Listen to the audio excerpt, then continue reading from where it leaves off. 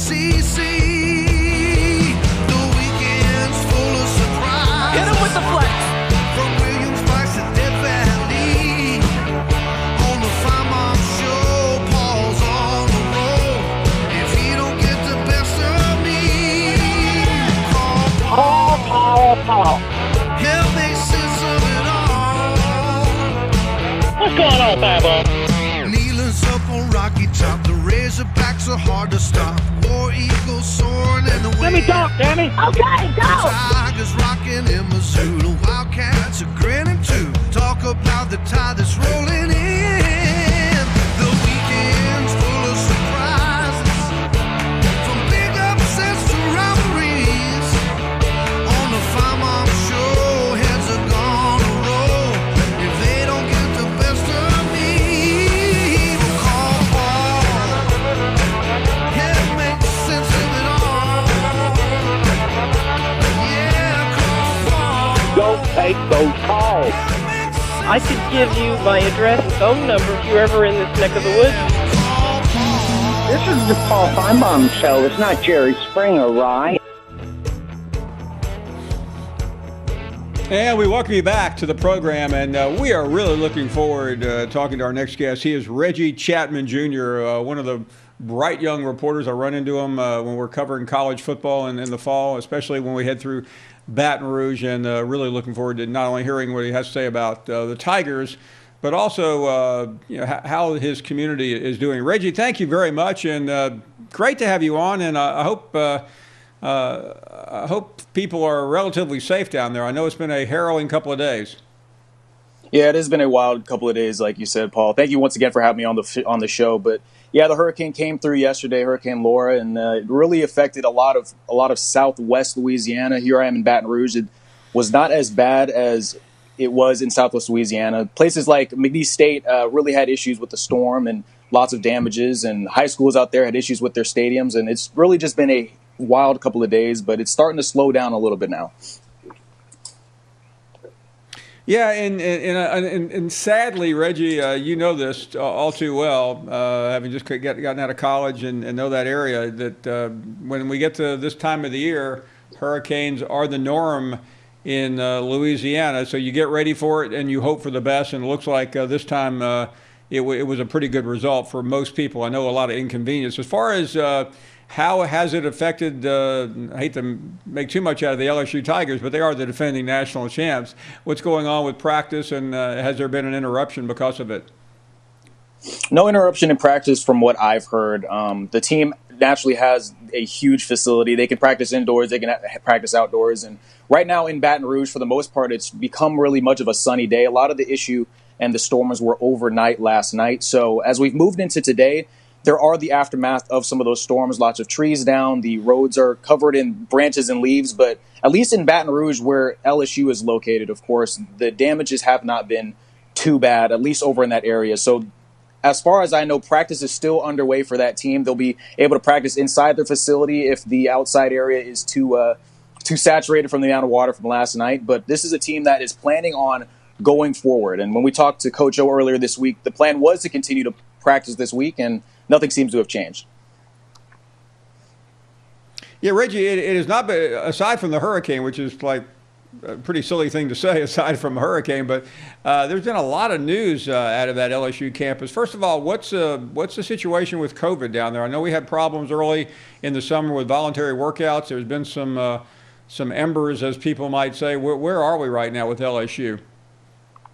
Well, LSU has been doing their absolute best to try and keep as many of these players safe. I mean, their program and their ops building has pretty much been on shutdown from everybody else. They have a large screening process, and they're able to take in a lot of these players. But as of yesterday, the Advocate reported that 4 of their offensive linemen were determined to have high-risk exposure, so they are currently being quarantined at the moment. So the offensive line room at practice at the moment is pretty thin, but that's the current update with them. But their person that's in charge of making sure all the players are safe, their team has meetings all the time via Zoom, and Shelly Mullinex, who is in charge of the health and safety of these players, she actually Zoomed with the players and then afterwards had a chance to Zoom with a lot of the parents, athletes, and as the goal is to make sure that these players are taking care of themselves and It's something that has been a big focus for this team, and they're a team that makes sure they focuses on what's in front of them, what's important, and making sure to protect the team. And so that's what they've been trying to do.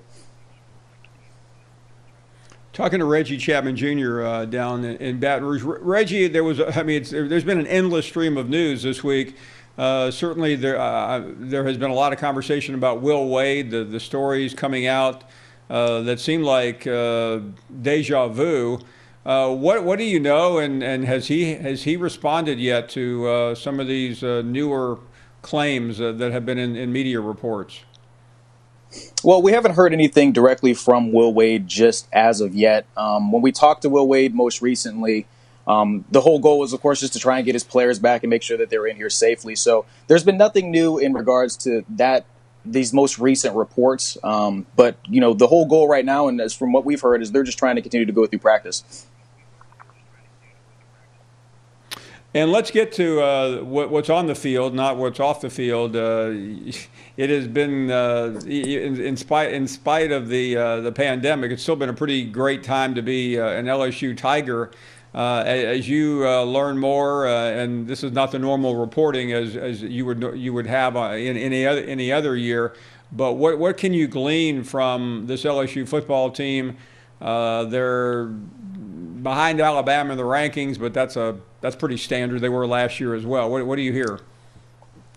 Well, just from when I look at the macro of it and I look at what people have been saying outside of the program, naturally the biggest thing you're going to look towards is the fact that they lost so many players to the NFL draft. Of course, they're going to have to start over with multiple positions on defense, but, you can't look over the fact they have a new quarterback at the position in Miles Brennan, filling in after who was maybe the greatest quarterback in LSU, or maybe not even just in LSU history, but in college football history, winning the Heisman, of course, and the national championship. But at least in Baton Rouge, the confidence in Miles Brennan at quarterback is still pretty high.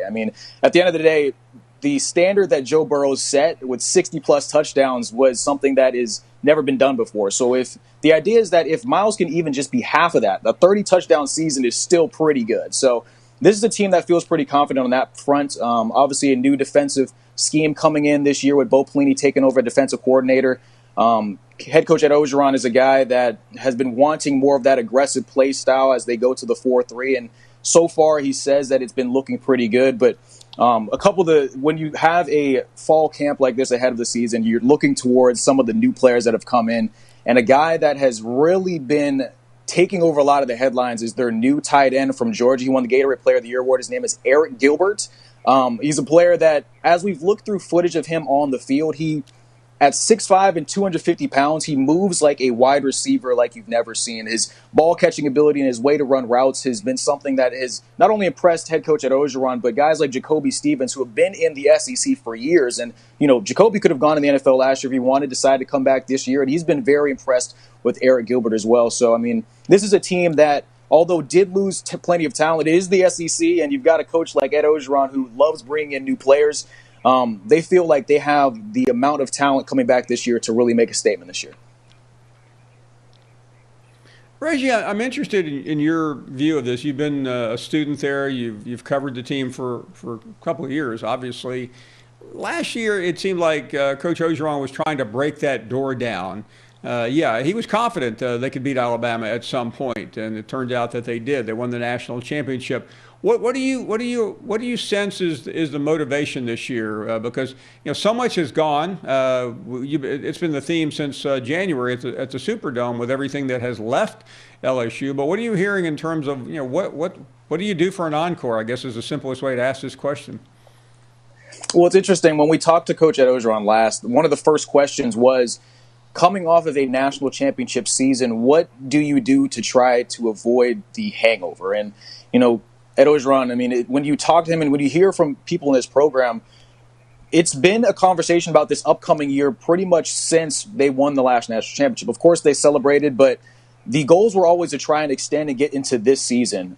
This is a team that continues to look forward. Ed Orgeron is a guy that is just looking to prove that last year wasn't just a fluke. So with that, he made sure to bring in players that can fill in some of the roles that these players left. For example, you talk about Christian Fulton, who got drafted by the Tennessee Titans this year. This year, they bring in a guy named Elias Ricks, the number 1 ranked corner in the country from out in the West Coast. And, Ed Orgeron is really just trying to broaden the range of his team, try to create a recruiting scale that has so many more players outside of just Louisiana base. So, I mean, for them, the goal is to just prove that they belong and that last year wasn't a fluke, and just there's naturally going to be those doubters, so he's trying to prove them wrong as well.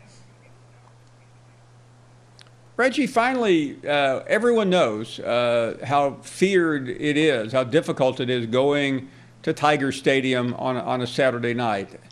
What do you sense and what are you hearing? And I mean, there's no way to know until we get to that first game, but Tiger Stadium is going to be 20% full like every other stadium. What are the thoughts? What is the thought down there about how different it will be when we get to hear that familiar PA announcer and we get to see that team run out onto the field? What do you think it's going to be like? Oh, it's going to be very different. I mean, naturally, the biggest aspect of, one of the biggest selling points for a lot of the recruits and a lot of players here is just being able to play under the lights. 102,000 people packed into a stadium, everybody locked in on exactly what's going on. And of course, it's going to be a little bit weird considering that this team cannot build on some of that energy. I mean, we talked to Jacoby Stevens the other day who said it's going to be weird, but at the end of the day, they know that football is football. So the whole goal is to make sure that they can feed off the energy of themselves, and that's why at practices you see players trying to hype each other up and lots of clapping. And Ed Orgeron has said they've been trying to keep up that energy in practice as much as they possibly can because they recognize that once they get on the field against SEC competition, they're not going to be able to feed off of the same energy that they can normally get from the crowd. So it's going to be definitely an adjustment, but it's also something they feel could be an advantage in certain areas as well, considering you can't necessarily simulate the energy and ferocity of an SEC crowd on the road as well. So guys like Miles Brennan, who have played in some big games, will have an opportunity to play in a stadium that is less full. And, for these young guys, an opportunity for them to really make an impact early and not have the crowd be as such big an example or as big as a problem for them. So, but at least at home, they're going to try and feed on their own energy as well. Reggie Chatman Jr., I can't thank you enough. Keep up the great work, and I hope you'll come back soon. Thank you, Reggie. Thank you, Paul. Anytime. You got it. Great stuff there. A great report, and we really appreciate that. Let's go to a break. More to come, and we will continue with more of your phone calls. The head coach of the Hogs will join us in